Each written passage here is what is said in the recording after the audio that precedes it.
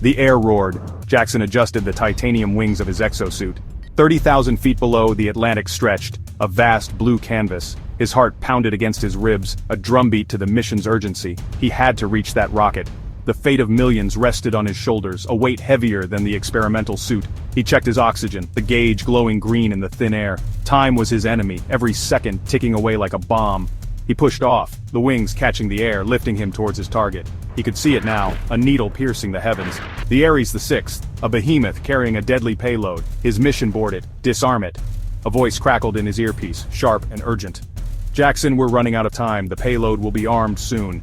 He knew, every muscle in his body strained towards that distant silver glint.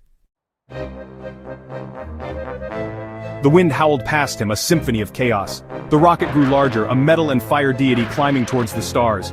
He pushed his suit to its limits, the engines whining in protest. Below, the world blurred, a canvas of blue and white. He felt a jolt, a warning light blinking on his visor. Fuel was running low. He cursed, the taste metallic in his mouth. There was no turning back. His eyes narrowed, focused on the rocket's access hatch. It was a gamble, a desperate leap of faith. He adjusted his trajectory, aiming for that shrinking target, his heart hammered against his ribs. Failure was not an option. Not today. Not when the stakes were this high. He closed the distance, the roar of the rocket's engines deafening.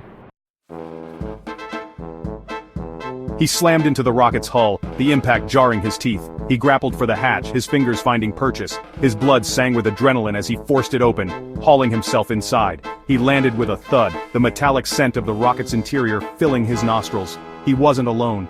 A figure stood silhouetted against the flickering lights of the control panel. A woman. Her voice when she spoke was cold, devoid of the warmth he remembered.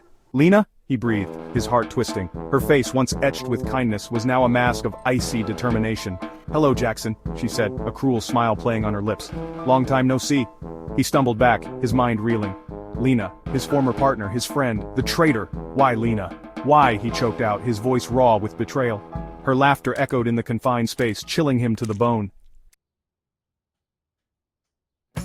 "Why?" she scoffed. "You really have to ask?" She gestured at the control panel, at the blinking red lights. "This world is flawed, Jackson. We can do better."